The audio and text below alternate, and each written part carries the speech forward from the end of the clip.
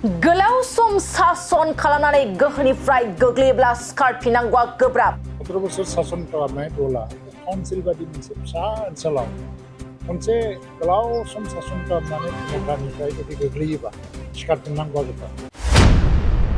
BPFआ दिनै जोबोद गाज्रि थासारियाव दं। BPFआ दिनै खुब गाज्रि अबस्थायाव दं।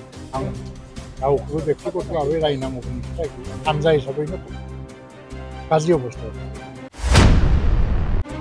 दा उफ्रा बिसायख'थिखौबो देरहाया आरो 2025 मायथाइनि बिसायख'थियावबो BPFआ गाज्रि रोखोमै जेनगोन।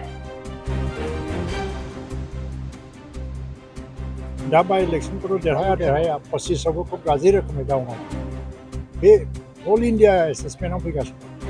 BPFआ 2025नि जे काउन्सिल इलेक्शन जागोन बेवहाय जेसेबां सिट बिसोरो 2020आव देरहादोंमोन बिसोरनि 1/3 थाहैयाबो जानो हागौ।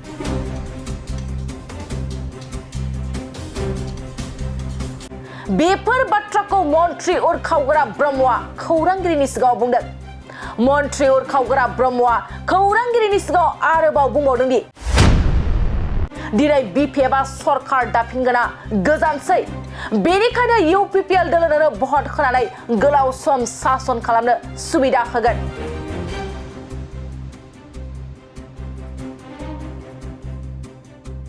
आरो गोदान दोलोआ गोहोआव दं आरो बेयावनो इयुन दं बेखौ रायजो राजाफ्रा बुजिनो हमदों। बेनि अनगायैबो आरोबाव मन्त्रि उरखावग्रा ब्रह्मआ बुंबावदों दि कंग्रेस दोलोखौ जों हिसाब लाया आरो गासै आसामावनो कंग्रेस दोलोआ मोनसेबो देरहानायबो नङा आरो BTCनि सुबुंफ्रा बायजोनि राजखान्थि दोलोनि आखायाव BTCनि गोहोखौ होनो गोसो गैया होननानैबो बुंबावदों मन्त्रि उरखावग्रा ब्रह्मआ। क'क्राझार फेमालिनि सिङाव गुबुन गुबुन गामिनिफ्राय गुबुन गुबुन हानजानि मानसिफ्रा दिनै UPPLनि मावनाय दांनाय बिनि साननाय हनाय आरो दैदेनगिरिफोरनि जिखिनि माखासे सास बेखौ लानानै बाहाय जयेन जाजोबदों।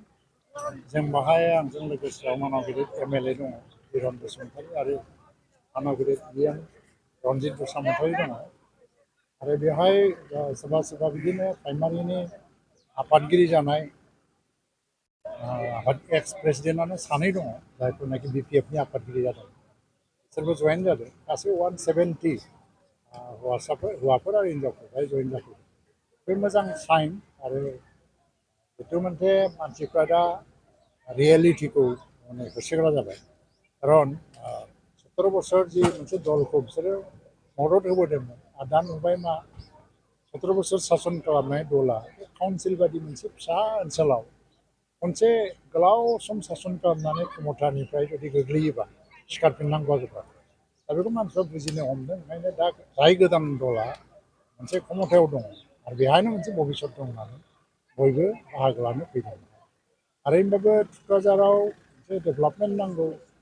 दा बर' एकर्डआव गोबां माने दफाफोर दङ जेरै ITI नि खोथा फैदों बाहाय आरो चिरां जिल्ला हिसाबै बहुतखिनि दफाफोरनि गेजेराव माखासे अनुस्थानफोर फैनांगौनि बाथ्रा दङ।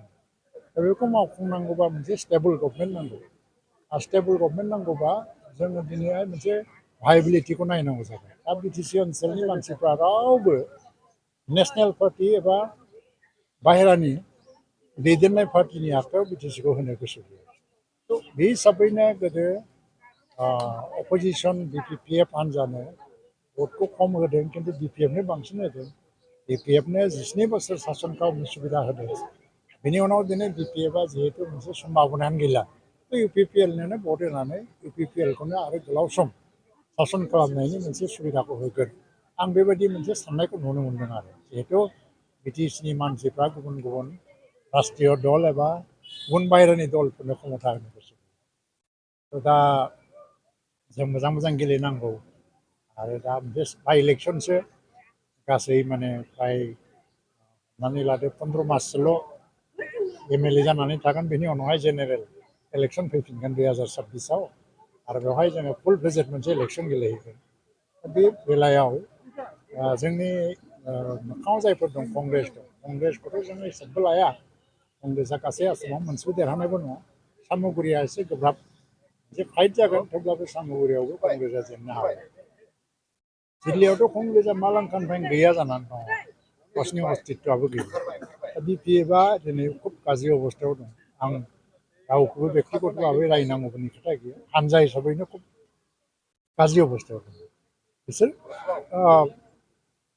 दा बाय इलेक्सनखौथ' देरहाया पसिसावबो खुब गाज्रि रोखोमै डाउनाव थाङो बे अल इन्डिया एसेसमेन्टआव फैगासिनो बिपिएफआ 2025नि जे काउन्सिल इलेक्सन जागोन बेवहाय जेसेबां सिट बिसोरो 2020आव देरहादोंमोन बिसोरनि 1/3बो थाहैयाबो जानो हागौ बे अल इन्डिया एसेसमेन्टआव फैगासिनो दं खिन्थु इउपिपिएलआ दावखोगोन दावखोनाया बेसेबां लेभेलसिम दावखोहैगोन बेखौ दा रावबो क्लियार बुंथ'नो हायाखै दा जोंहा इउपिपिएल हिसाबै जोबोद मावनांगौ दं ओंखायनो बे इलेक्सनखौ लानानै गोसोफ्राव गाज्रि मोनलायनानै थानाय बा एसे गाज्रि परिबेस सृष्टि जालायनो हानाय रोखोम स्ल'गानफोरखौ होलायाबा हामगौ जेनेबा दाखालि खोनाबाय आं माबा प्रमद बर' हाथाव बिटिसि बासाव आरो जुदिও फारसेथिंनिफ्रायबो एखे खोथाखौनो बुंनांगौ जे हाग्रामाखौथ' हाथायनायनि बाथ्रायानो फैला बे गैखायाबो जिहेतु दा आं सानदों मा आंथ' जिबनाव फ्राय माने 30-35 बोसोर राजनिति नुबोबाय आं स्ल'गानबो होबोबाय लेक्सारबो होबोबाय आंनि जिबनाव रावखौबो आङो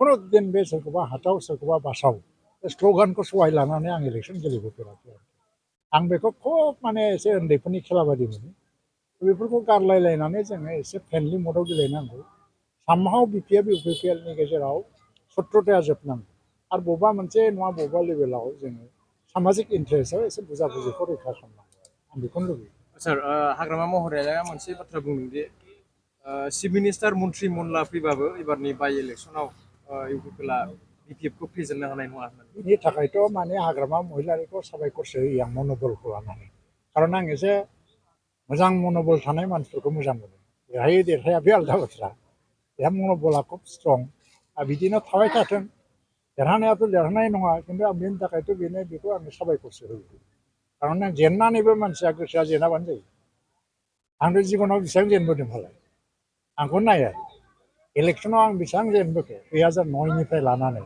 दा खेबबासो इलेक्सन जेनबोदों खिन्थु इलेक्सनावसो जेनदों आं अंकआवसो जेनदों मन'बलाथ' जेनाखै आंनि मन'बला जेनैनि थाखायनो आं दिनै देरहानानै मन्थ्रि जादों हाग्रामायाबो गावनि जिउ जोबजासे मन'बलखौ लाखिबाय थानो हायोबाथ' मोजांसो